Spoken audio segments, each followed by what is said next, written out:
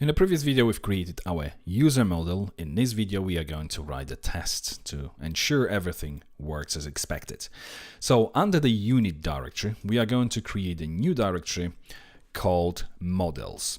And this is where all our model related tests will be stored. We're going to start with a new PHP class called user test.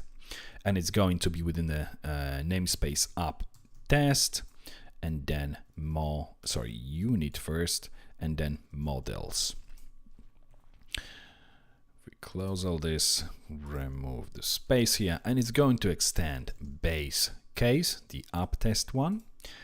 And because our user model interacts with the database, we have to make sure that before each test, we have regenerated the table structure. And when I say regenerate is exactly what I mean, because we don't want to deal with the same data when you get from one test to the other. And we'll do it with the help of the setup and tear down methods, which are part of the PHP unit framework test case. If we go here, you'll see we have this setup method, which is run, which is called before a test is executed. And then we have tear down method, which is called after a test is executed. So before each test, the setup method will be run, and after each test, the teardown will be run. What we're going to do from within these methods is run our methods from within the migration. If we open the migration, for setup, we're going to run up, and for teardown, we're going to run down. So before each test, we're going to have a fresh set of tables generated for us. And after each test, we are going to remove all of these tables. And that's going to be for each test within our test set. Now, because we want to use it for this test, specifically for this user test, it's probably a good idea to put into a trait, because the same trait can then be transferred onto any other model that we might be using that requires database interactions. So let's create within the test directory, let's create a new directory and call it traits. And within this trait directory, what I'm going to do is create the new PHP class called database, and it's going to be a trait rather than class trait within the namespace app test, because it's directly actually not just app test, it's within the trait directory. So app test, which is pointed to the test directory, and then traits for the traits directory. Okay, so there we go. This is our namespace and the name of the trait database. Remember, it's a trait, not just a class. And now we're going to start with public function migrate database. And from here, I'm going to inline it rather than associate the instance of the new migration with the variable. So new migration without the brackets, because we don't need any constructor. And we're going to call method up. So all of the tables that are required will be migrated, will be created. And then for another method, public function roll back database, which will simply do the same, new migration, but rather than up, it's going to call method down. So all tables will be removed. Make sure that you obviously import the migration, up migration, migration. And let's add some doc blocks here. Migrate database before each test, and then return void, because we're not returning any value, and then roll back migrations after each test, and again return void. Now, how do we actually get this method executed? Rather than actually using setup directly on this user test, what would be nice is to have it automatically executed, automatically called when we include the trait. And we can do it. Let's just open our base case class now. And from within the base case, what we are going to do is create the new protected function called setup, which overrides the parent one. So before we actually do anything from within the setup, let's just call parent set up to make sure that if there's anything within the parent setup method, it gets first executed. And then what we're going to check is if class uses this class, referring to itself, database and traits and class, then this migrate database. Now let me explain what happens here. So we check in first of all if this class, and in our case it's going to be user test, uses database class, which is this trait, because class basically will, this class after the scope resolution operator tells us return the full path including the namespace to this class, which is going to basically return all this. So if this class uses this trait, then run migrate database, because then you're going to have access to this method, obviously using this trait.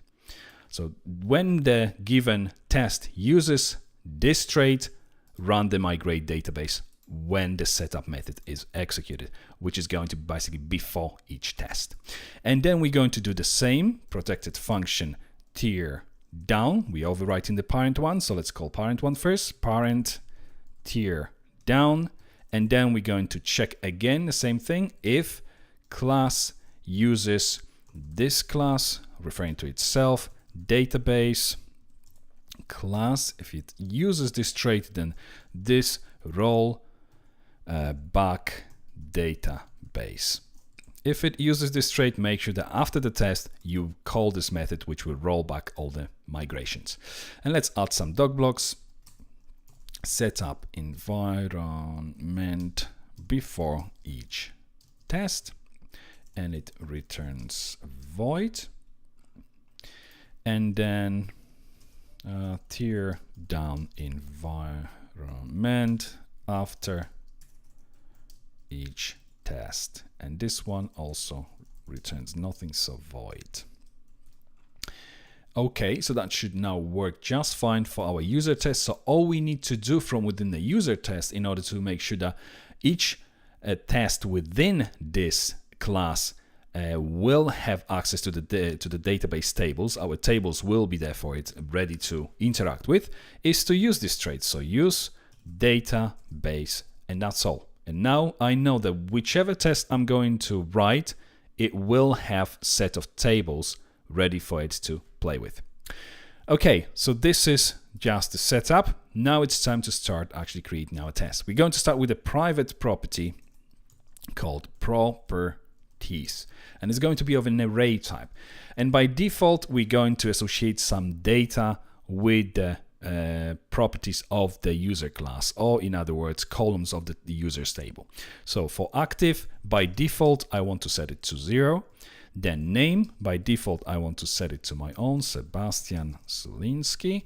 Then for email, I'm going to set it to info@ssdtutorials.com.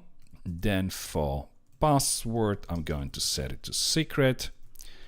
Then for token, I'll set it to null by default.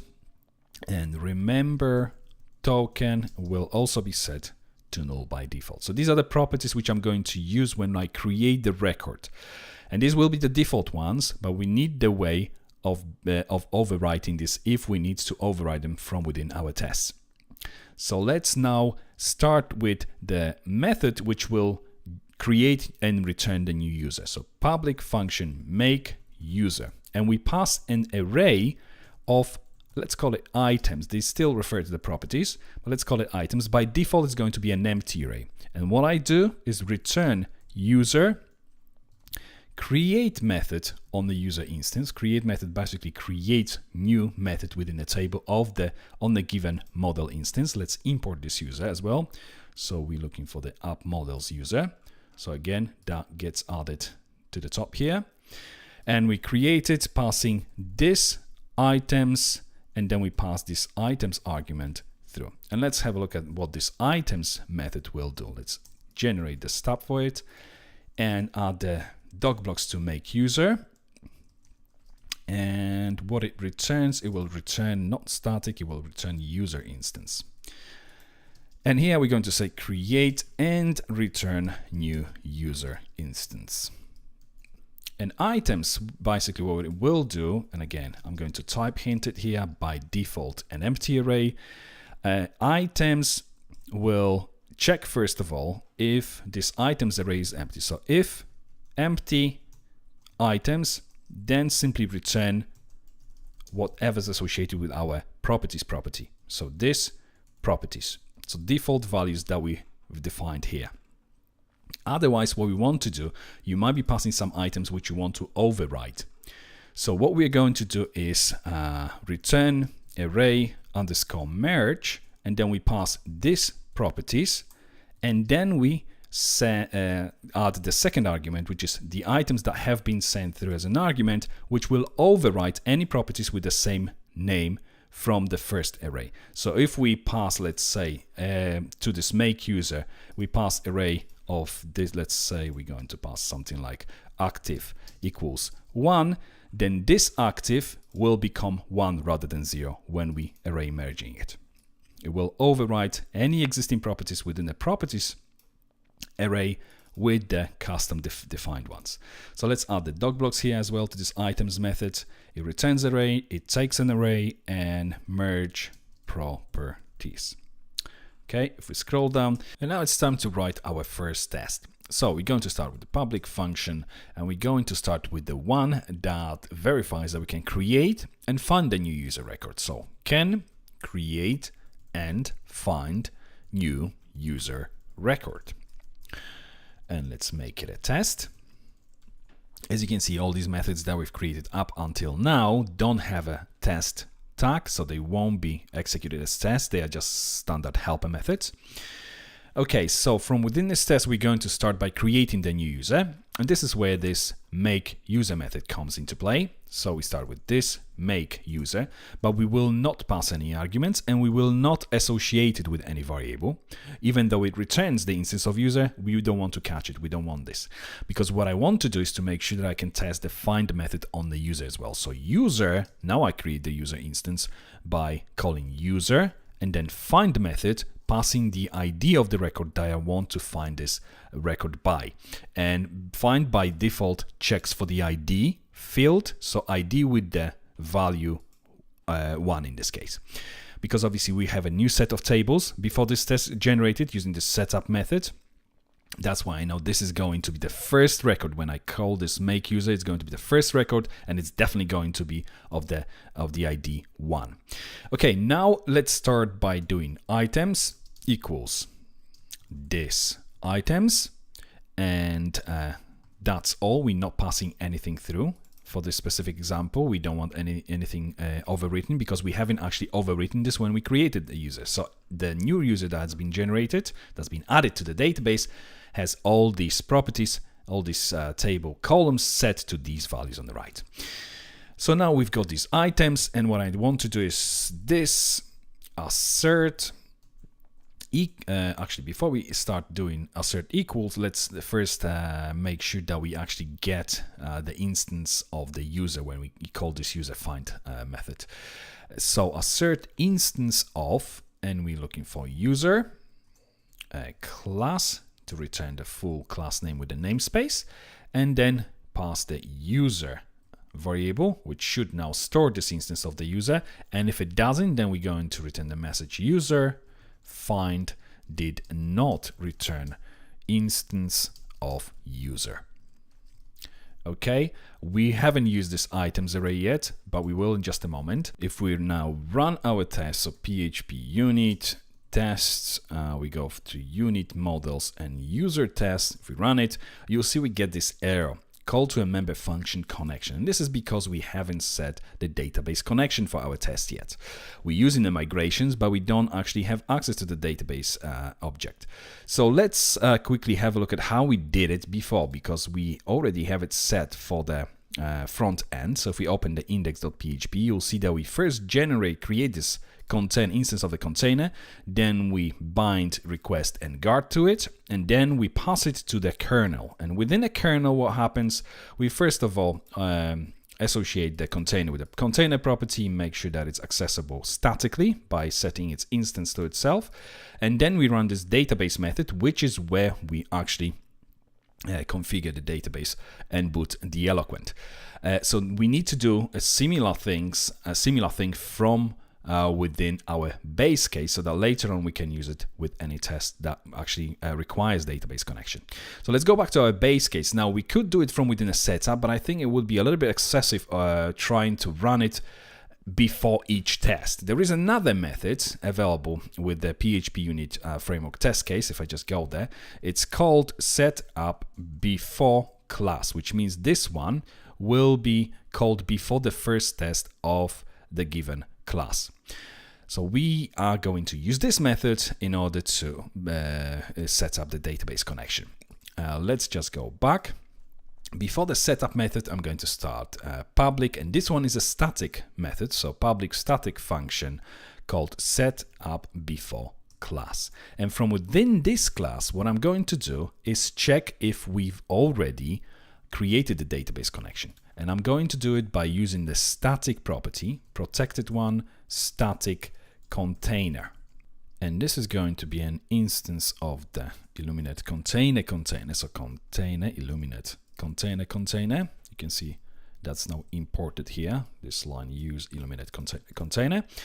Let's scroll down, and what we are going to do first, we're going to check if there's any value. If there isn't, then this is when we're going to actually set the database connection. So if exclamation mark static and then container, then we want to start with a static container equals new container without any brackets, because we don't have any constructor arguments that we want to pass through. Then static, again, container, instance, request, the same way as we did before, request, Illuminate HTTP request capture method, which will return the instance of the request, and then another instance that we want to bind, which is going to be guard, and this one will simply be new guard. We obviously don't have any implementation of this class yet. We only have a class, empty class so far, but we will work with this guard very soon. And then after this, we are going to within the brackets, I don't want to instantiate it, I don't want to associate it with any variables. I'm just going to inline it, new kernel, and I'm going to pass this static container as argument, because that's what this kernel requires. So now we should have access to this database instance to do the Eloquent. If we have a look at up here, you see exactly what we are using. I'm just moving this one here because it's from a separate package. We have this Illuminate HTTP request, which also has been imported here. Obviously all these trades and so on. Okay, so that's our setup before class. Let's quickly add some doc blocks to it as well. And this method is called before the first test of the test class is run, and returns void. So rather than returns, return void, and that should now run our test just fine. So if we go back to the terminal and now run the same test, and there we go, we've got one test, one assertion. But now we can run it because we have instance of the Eloquent already booted, and we can now interact with our models. Okay, so we can close our base case. We're not going to be making any more changes to this class. We can close kernel, we can close index.php. So this was the first assertion. So now that we know that this find method returns instance of the user, now let's verify that we get what we actually set these fields for the table, users table, or user or properties of the user object, in other words. So this assert equals for the name, items name. This is what we pass through, so that's what we should get with the user. So user name, that's what we should have. If it doesn't have this value, then we're going to say user create did not add record with the correct name. And let me just show you what we're doing here. Basically, we're comparing that. Obviously, this is what we pass through when we make this user, because when we make in the user, we fetch the items, and items, because we didn't pass any arguments, we didn't override anything, simply return this array associated with the properties property, and name here is basically Sebastian Soliński. So I'm just fetching this name item from this items, which should return Sebastian Solinsky, and verifying that this user name property basically is exactly what's on within this associated with this item of this items array. So let's quickly save it and again run a test, and there we go, 2 assertions, all fine. So that's great. Next one, I'm going to duplicate this one.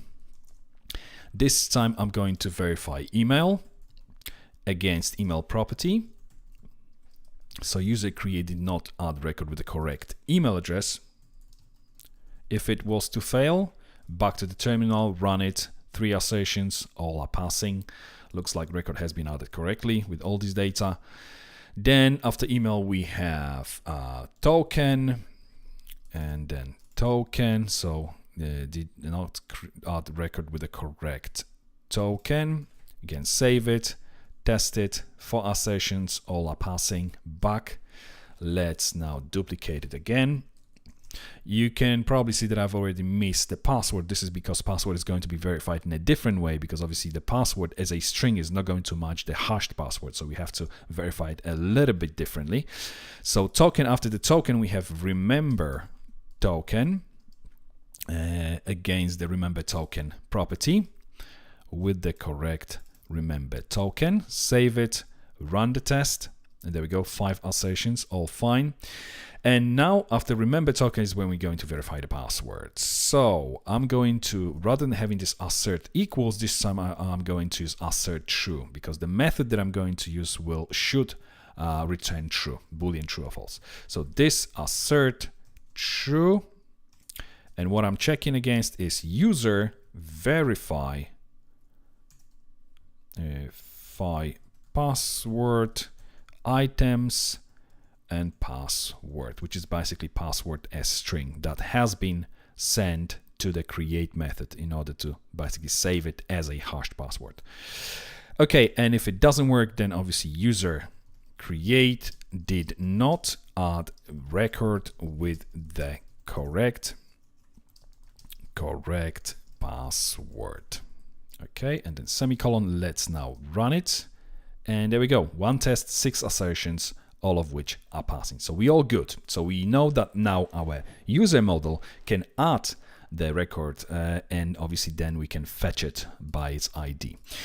Okay, so that's all fine, but what I'm thinking, because I will be verifying all this with another method, it's probably worth to move all this code starting from these items down to the password verification to its own method. And that's exactly what we're going to do. So let's just cut all this from within the can create and find new user record. And above this test, let's create the new method and let's call it, for instance, verify user. So public, or actually not public because we don't need to access it outside of this class. So let's make it private function verify user.